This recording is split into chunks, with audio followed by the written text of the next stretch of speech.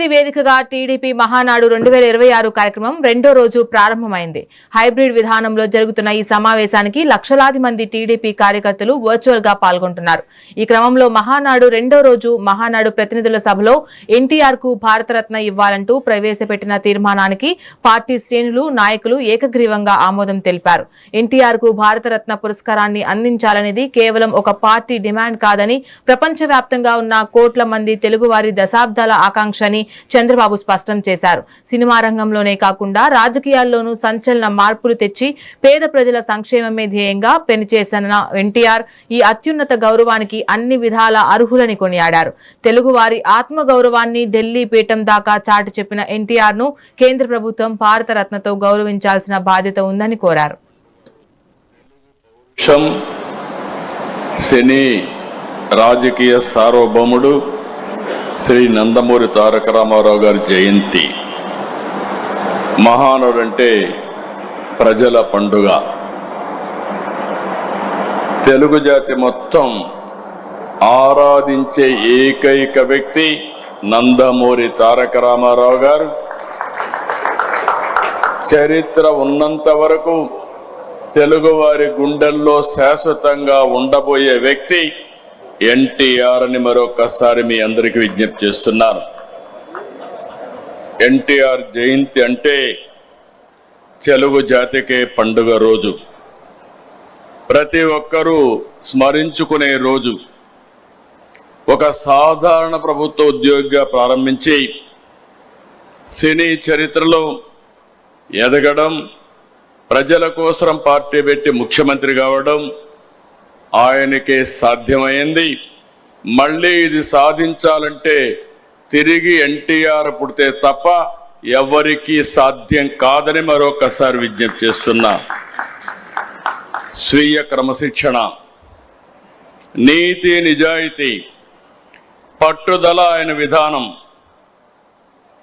పాలు అమ్ముతూ చదువుకున్న, ప్రభుత్వ ఉద్యోగం చేసిన, సినిమాల్లో నటించిన, రాజకీయాల్లోకి వచ్చిన ఆత్మ గౌరవాన్ని, ఆత్మాభిమానాన్ని ఎప్పుడూ వీడలేదు. ఒక సామాన్య రైతు బిడ్డగా పుట్టి 45 సంవత్సరాలు వెండి తెర అంటే మనందరం గుర్తుపెట్టుకోవాలి, ఏ పాత్ర వేసినా అది ఎన్టీఆర్కే చెల్లుతుంది. ఇంకా రాబోయే రోజుల్లో అలాంటి పాత్రలు వేయాలంటే మళ్ళా ఎన్టీఆర్ పుట్టాల తప్ప వేరే వాళ్ళకి అసాధ్యం.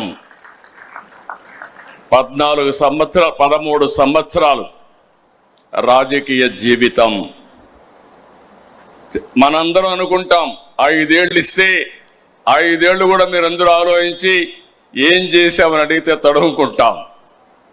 13 సంవత్సరాల రాజకీయ జీవితంలో అద్వితీయమైనటువంటి ఒక హిస్టారికల్ చరిత్ర సృష్టించిన వ్యక్తి ఎన్టీఆర్. అందుకే ఎన్టీఆర్ పేరు తలుచుకుంటే చాలు నర నరాల్లో ఉత్తేజం వస్తుంది, ఆత్మవిశ్వాసం వస్తుంది, పట్టుదల వస్తుంది.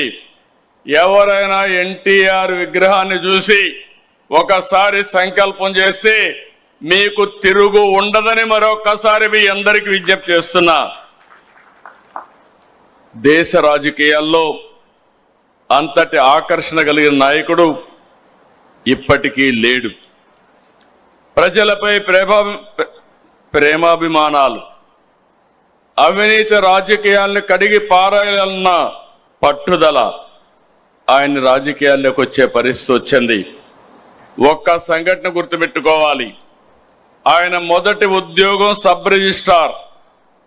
ఆ రోజు అవినీతిలో రిజిస్ట్రార్లు అంటే ఇప్పుడు కూడా ప్రాబ్లం ఉంది మనందరికీ, కానీ ఆ రోజు ఒక సబ్ రిజిస్ట్రార్గా ఆయనకు వచ్చిన అనుభవాన్ని గుర్తుపెట్టుకొని ఈ ఉద్యోగం నాకొద్దని ఉద్యోగానికి రాజీనామా చేసి నీతి నిజాయితీగా సినిమాల్లోకి వచ్చాడు. పార్టీ పెట్టి 9 నెలలు, ఇంతవరకు చరిత్రలో ఎవరికి సాధ్యం కాలేదు. 9 నెలల్లో పార్టీ పెట్టి ముఖ్యమంత్రి అయ్యారు. ప్రాంతీయ పార్టీ అయిన తెలుగుదేశం జాతీయ రాజకీయాల్లో కీలక పాత్ర పోషించింది. ప్రధాన ప్రతిపక్షంగా వ్యవహరించింది. గవర్నమెంట్లు ఏర్పాటు చేయడానికి దోహదం చేసింది. ఎన్టీఆర్ అంటే పేదవాడికి భరోసా, రైతుకు నేస్తం, బడుగు బలహీన వర్గాలకు ధైర్యం, యువతకు భవిష్యత్తు, మహిళలకు అండ, కార్మికులకు అభయం, అన్ని వర్గాలు కీర్తించే ఏకైక నాయకుడు ఎన్టీఆర్. సమాజమే దేవాలయం, ప్రజలే దేవుళ్ళనేది పార్టీ సిద్ధాంతంగా మార్చారు. ఇప్పుడే కాదు, భవిష్యత్తులో కూడా ఇది మనందరికీ ఆదర్శం, ఇది ఒక సిద్ధాంతం అని చెప్పి కూడా నేను మీకు తెలియజేస్తున్నా. పార్టీ పసుపు జెండా అంటే తెలుగువారి ఆత్మగౌరవం, తెలుగు ప్రజల్లో ఆత్మవిశ్వాసం.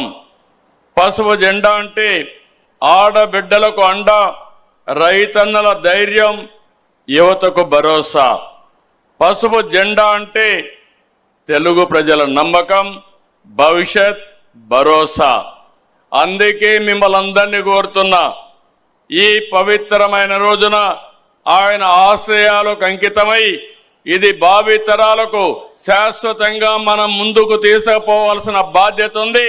ఆయన సిద్ధాంతాలని భావితరాలకు అందించాల్సిన బాధ్యత మన మీద ఉందని చెప్పి కూడా నేను మీకు తెలియజేస్తున్నా. 83లో ఎలా అయితే యువతకు, విద్యావంతులకు అవకాశం ఇచ్చారు, అదే మనం ఈరోజు చేస్తున్నాం.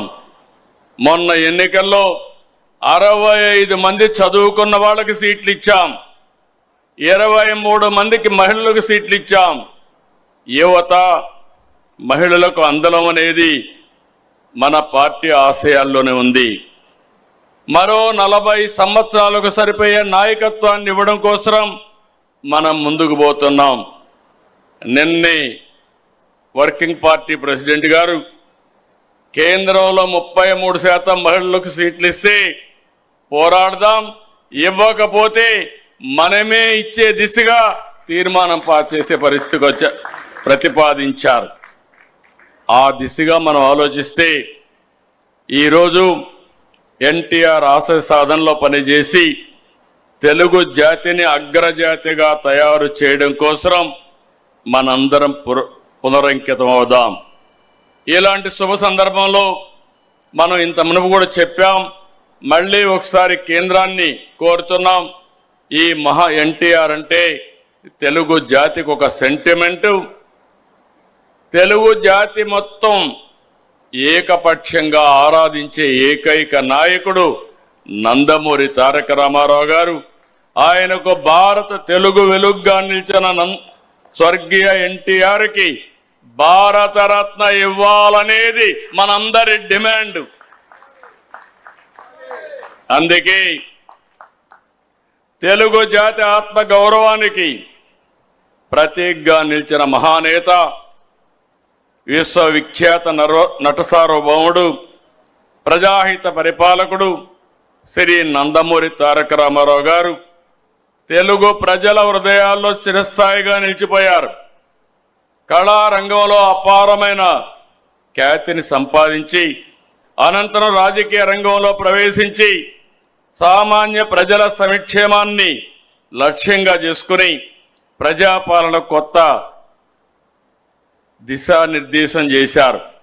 తెలుగు జాతికి విశ్వ ఖ్యాతి తీసుకొచ్చిన ఎన్టీఆర్ గారు బడుగు బలహీన వర్గాల అభ్యున్నతి కోసం ఎనలేని కృషి చేసి ప్రజల మనస్సులో చిరస్మరణీయంగా స్థానం సంపాదించారు. తెలుగు వారి ఆత్మగౌరవ నినాదంతో తెలుగు ప్రజల ఐక్యత కోసం బలోపేతం చేసి దేశ రాజకీయాల్లో ప్రాంతీయ పార్టీలకు గౌరవప్రద స్థానం తీసుకొచ్చిన మహోన్నత నాయకుడు శ్రీ ఎన్టీఆర్. భారత రాజకీయ చరిత్రలో ఆయన సేవలు విశిష్టమైనవి, అపూర్వమైనవి. అందువల్ల తెలుగు ప్రజల మనోభావాలను గౌరవిస్తూ దేశానికి, తెలుగు జాతికి ఆయన చేసిన విశిష్ట సేవలను గుర్తించి భారత ప్రభుత్వం స్వర్గీయ నందమూరి తారక రామారావు గారికి దేశ అత్యున్నత పౌర పురస్కారం భారతరత్నను ప్రకటించాలని ఈ మహానాడు ఏకగ్రీవంగా తీర్మానిస్తుంది. ఇది మనందరి ఆకాంక్షే కాకుండా ప్రతి తెలుగువాడి ఆకాంక్ష, తెలుగువాడి కోరిక. ఈరోజు మీరు ఒక్కసారి చూస్తే దేశ రాజకీయాల్లోనే పెను మార్పులకు నాంది పలికిన వ్యక్తి మళ్ళీ ఒకసారి ఏకగ్రీవంగా రాష్ట్రం మొత్తం మనం కోరుకుంటున్నాం. తెలుగు పౌరుష,